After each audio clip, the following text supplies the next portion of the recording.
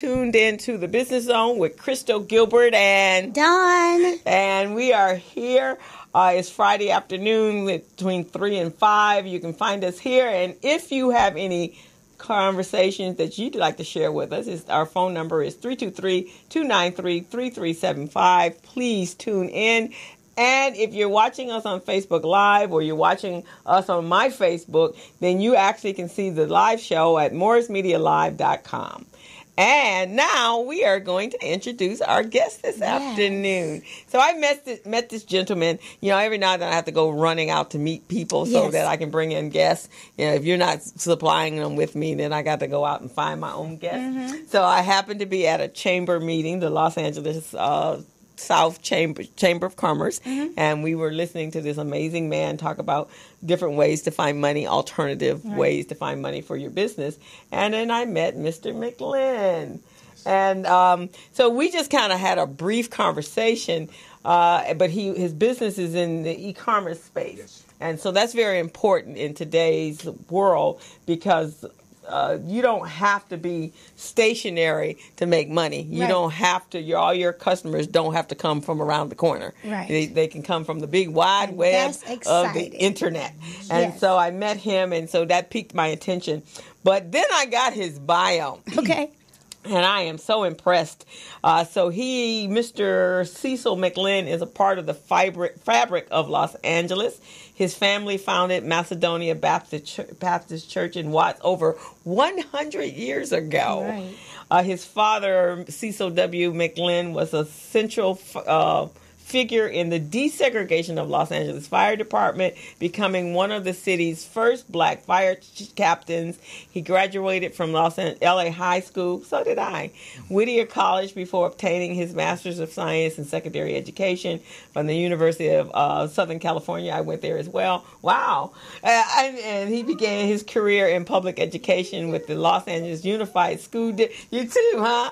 A school district as a teacher, coach at Crenshaw High, and later went on to become a principal at Duke Ellington Continuation High School, where he spent 22 years helping at-risk youth obtain their high school diplomas.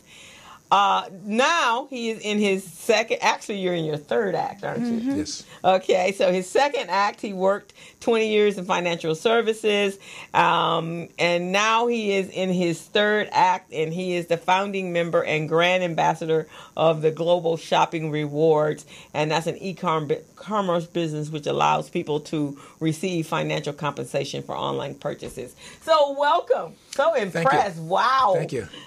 Wow. Okay, just how you can say it's wow, right? Thank you. It's just wow. What is it like to be one of the first families of Los Angeles? Yes.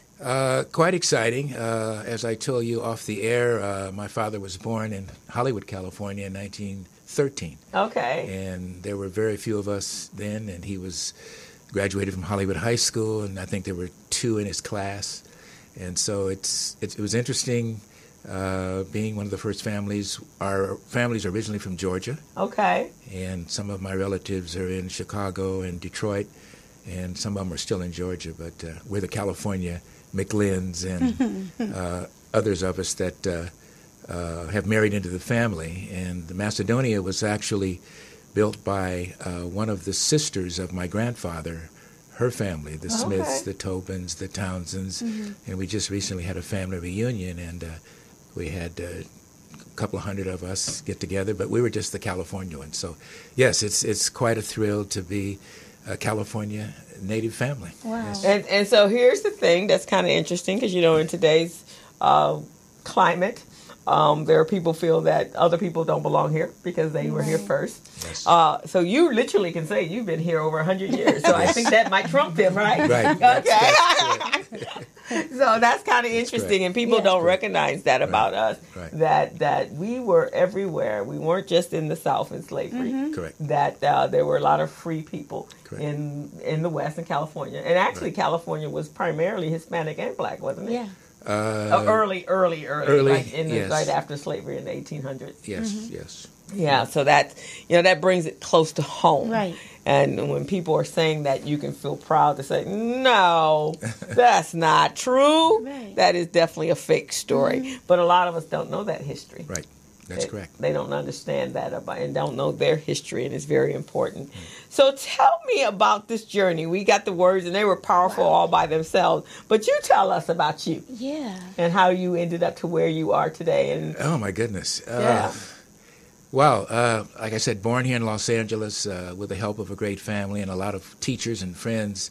I would say I was able to go to LA High School and graduate in the early 50s, and then I was an athlete.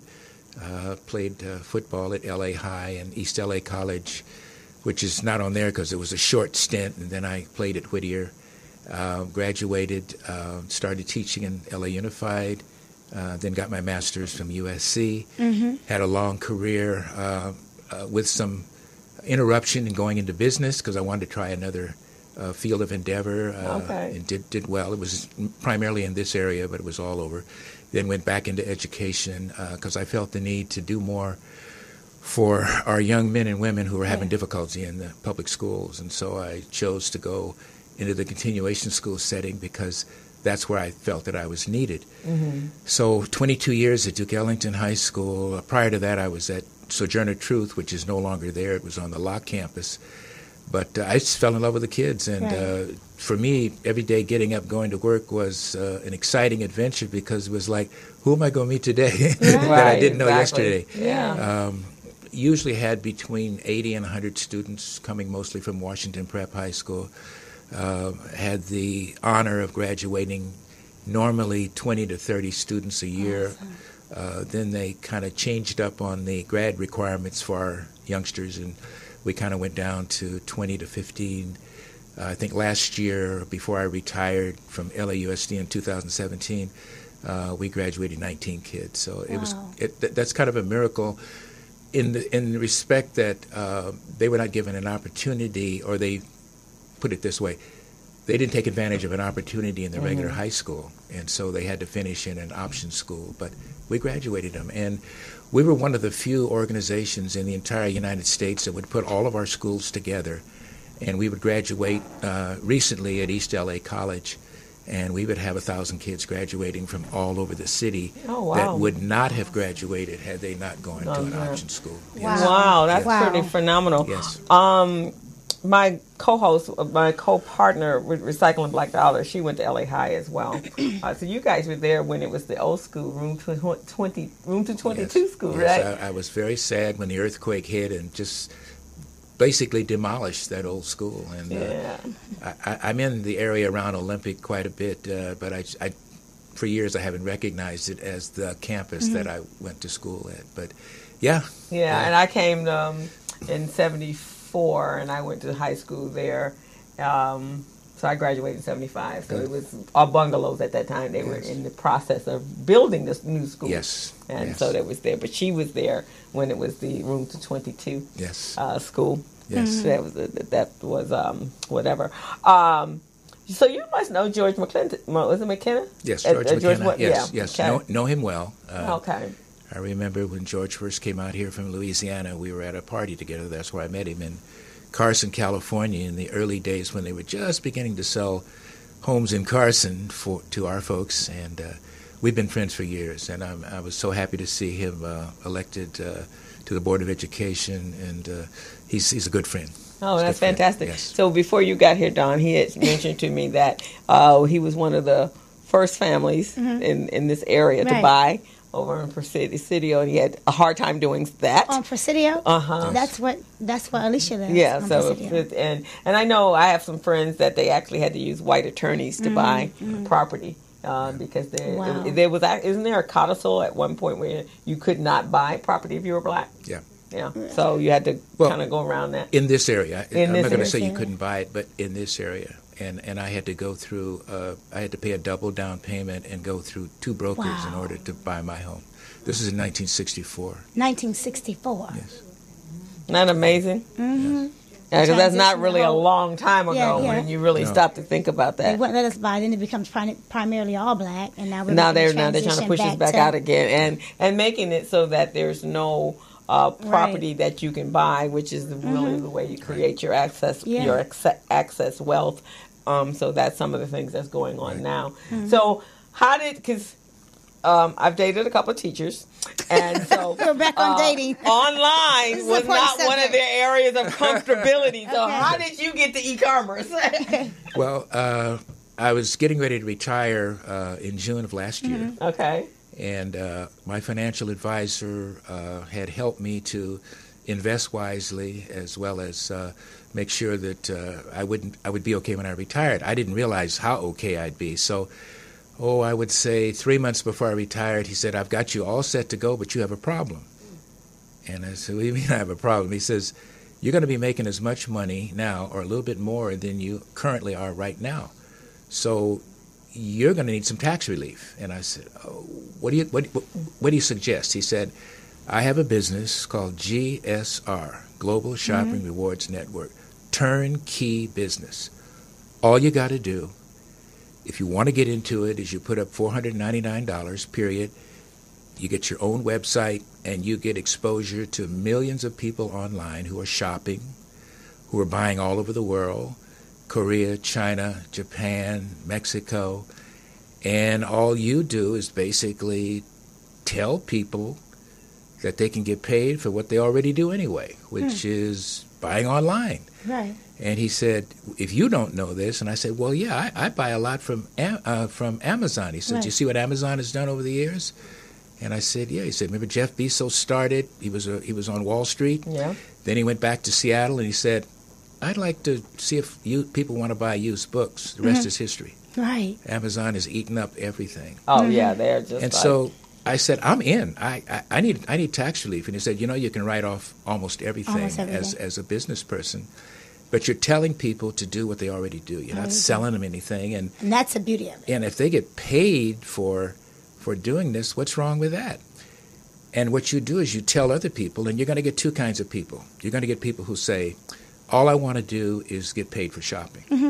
You're going to get other people who say, "Can I build a business out of this?" Right.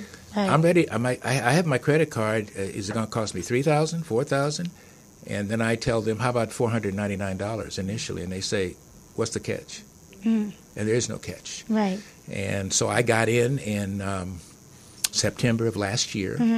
Our company actually had its launch in August of last year. We're almost a year old in terms of, and it was created by two multimillionaires who had the idea of, why don't we create a hybrid business that takes the best from Amazon, Overstock, all of our big box people, and make it so that the ordinary person can start a business without going into huge debt.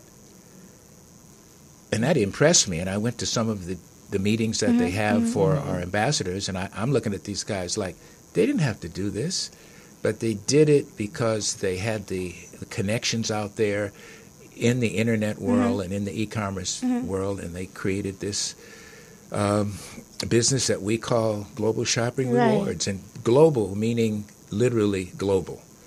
You can go in because you get, if you do it as a business, you get your own. I have my own website, which I will give out later if I'm allowed to. Yes. And other people have access. We also help. One of the things that our founders, the two men that really founded it, said, what about nonprofits who always have difficulty raising money? Right. And we have created a free website for churches, nonprofits, boosters clubs, and they advertise it so that their parishioners and their supporters go in through their portal, buy from them.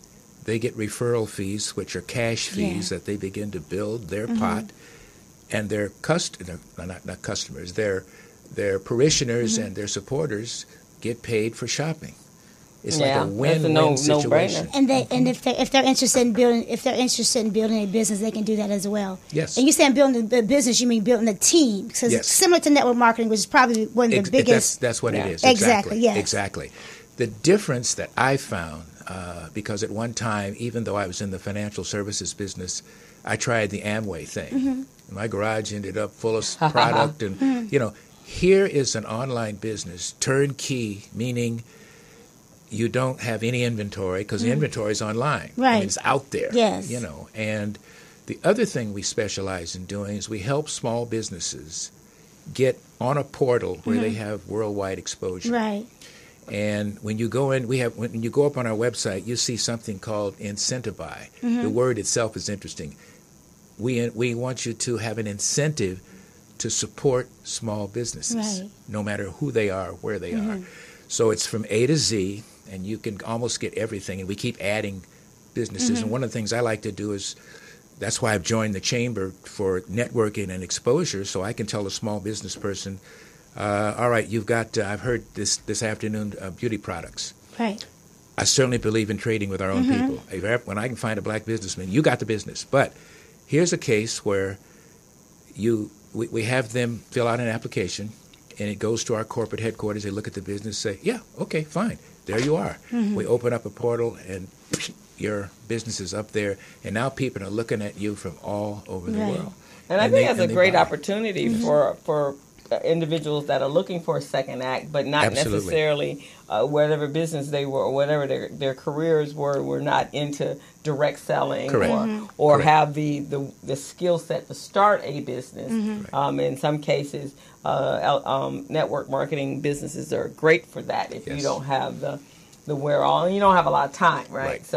And you're supposed to be enjoying the second act, and it shouldn't be like you're working so hard as if you were going to start a brand new business. Right, but I took it as a challenge because that's me, that's who I am, and I have a lot of family members and a lot of friends, and like you said, I'm an old family. I got a lot of people out there that don't even know this, but they're shopping all the time, and they're shopping with Amazon and Overstock and all of them, and all of a sudden I introduced this concept, and they said, "Whoa, you mean I can get something back on this?" Yeah.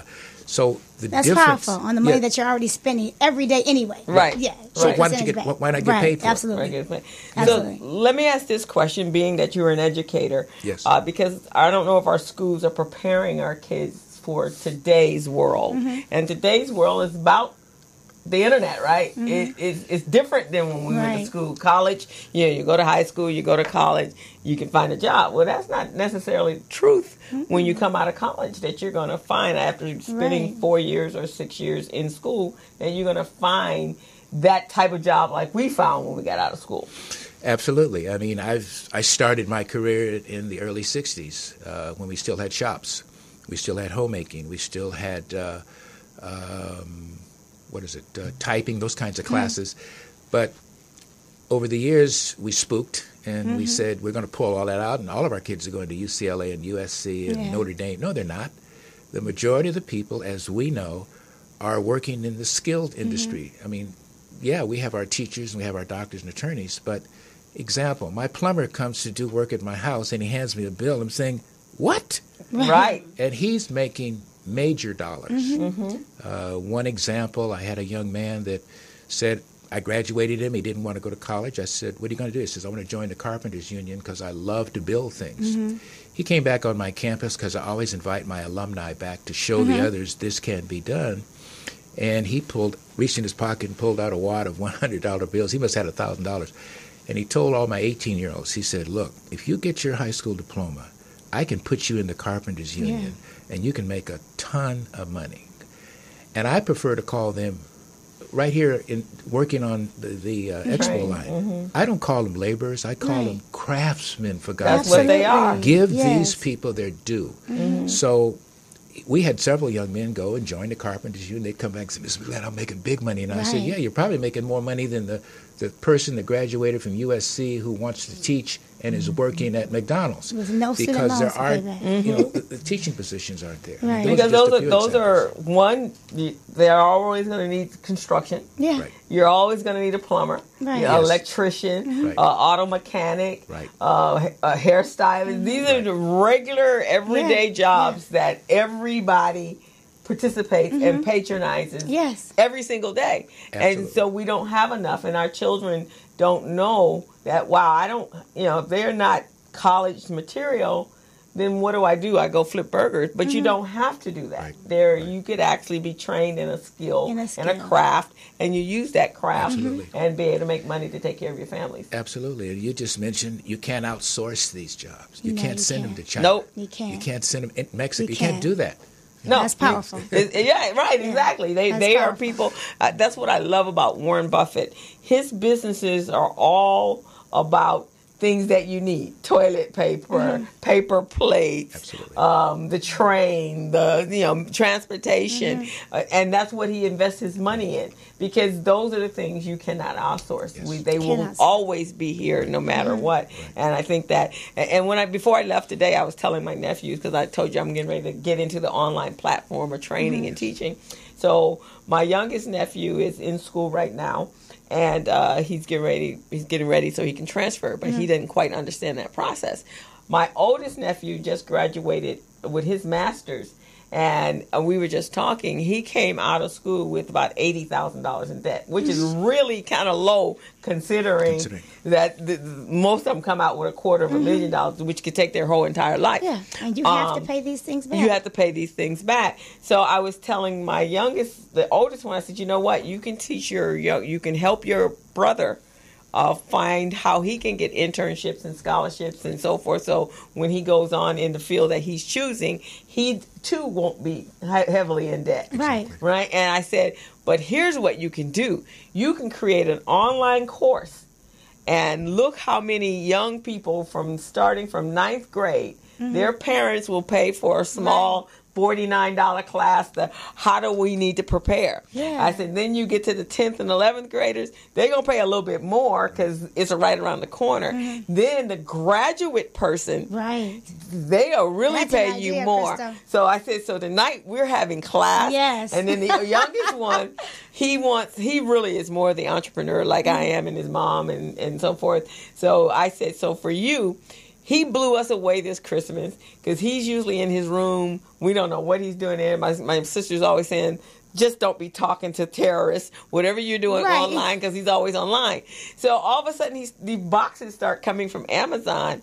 So I said, what is all of this stuff? He goes, I'm going to build my own gaming computer.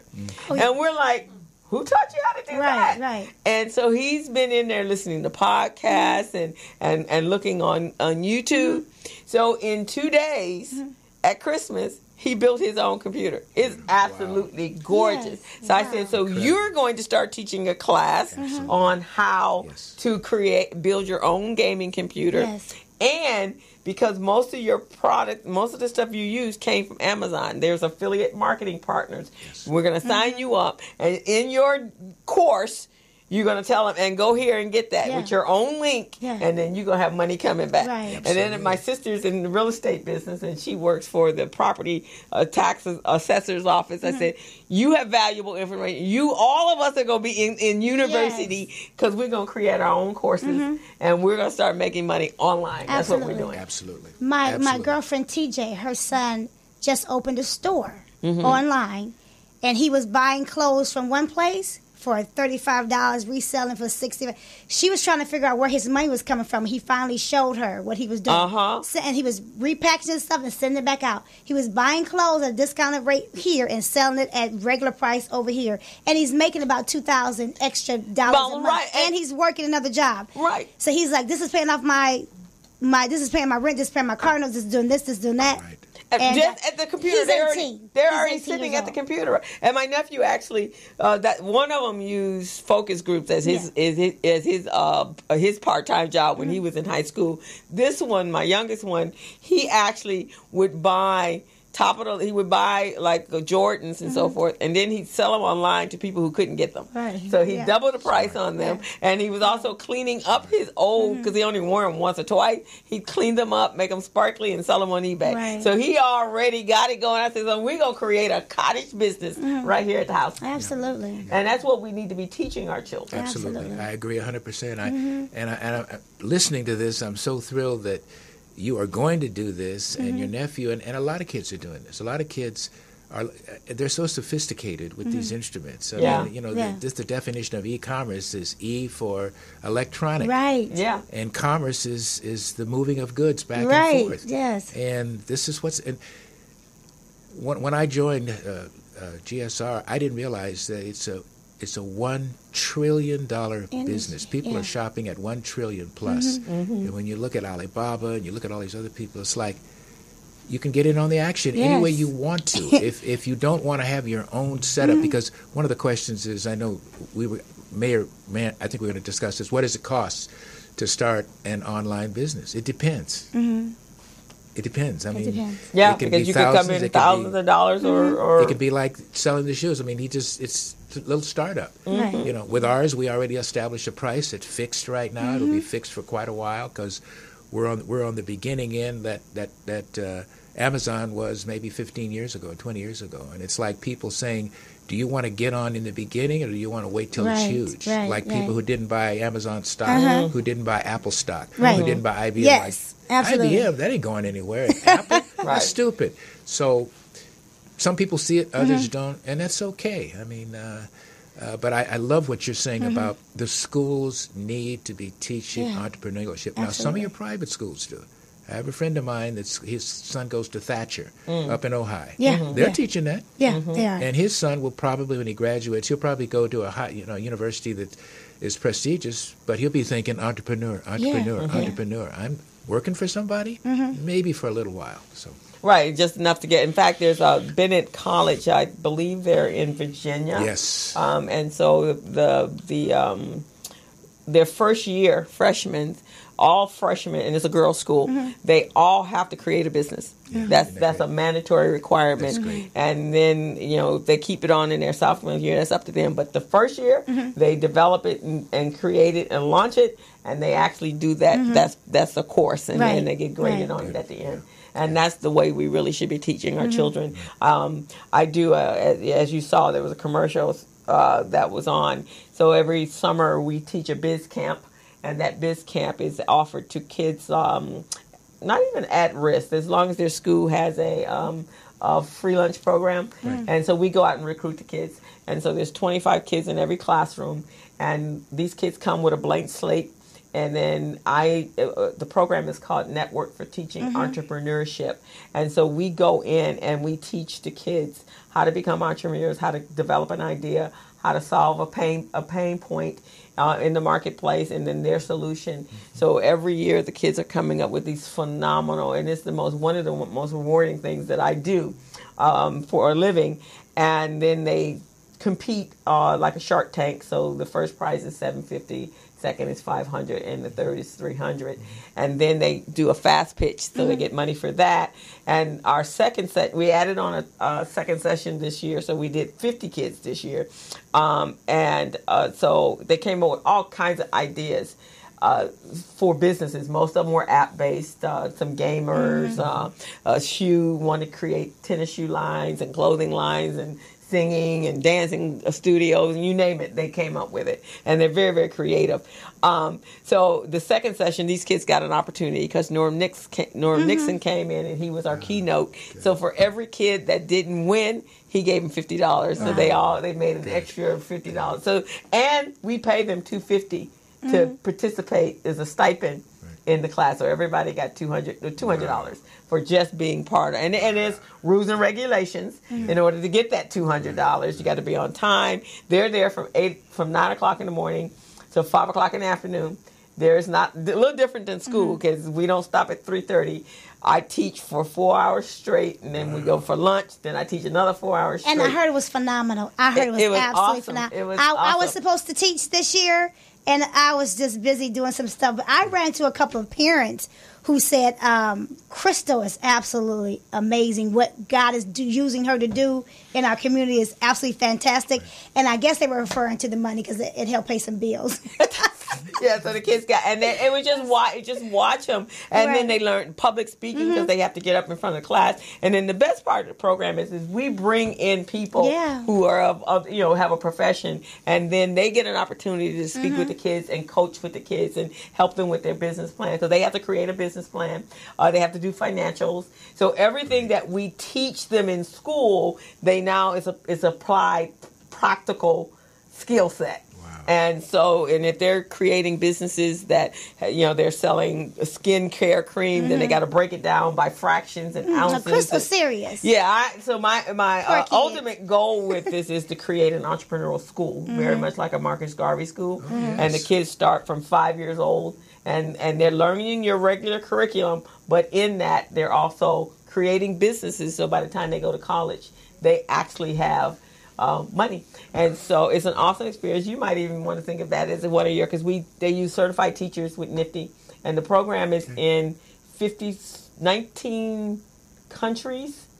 And I think it's here, I think it's in like 10, 15 schools across the city. So and they have them now in schools, they're a 9-month course. Okay. And, but if the teacher leaves who's certified, then that's the end of the course. Yeah. Right. But I do it in a camp kind of environment. So we go out and find our kids. But the Nifty program is a pretty awesome program. Wow.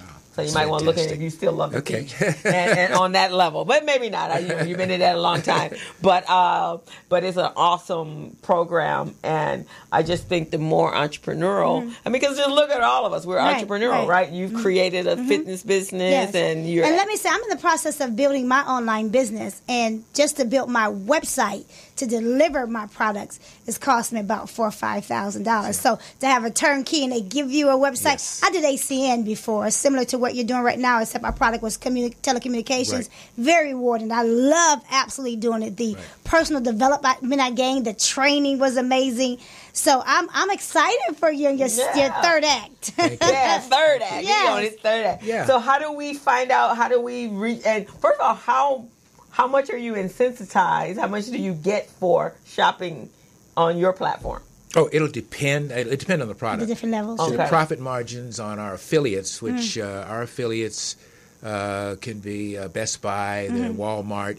And when you go up on our website, you see all of these, and you can click on them. But because we're a private company, invitation only, you know, people that I'm hopefully talking to this afternoon go in through my website, and then it opens up for them to either be we call them VIP shoppers, which I thought was a very creative name. Wow. Very important to us. Yeah, you're very right. Or you go in and then your next step is, because there's a click down at the bottom that you want to change from just being a shopper and you want to make it a business. Right. And so we have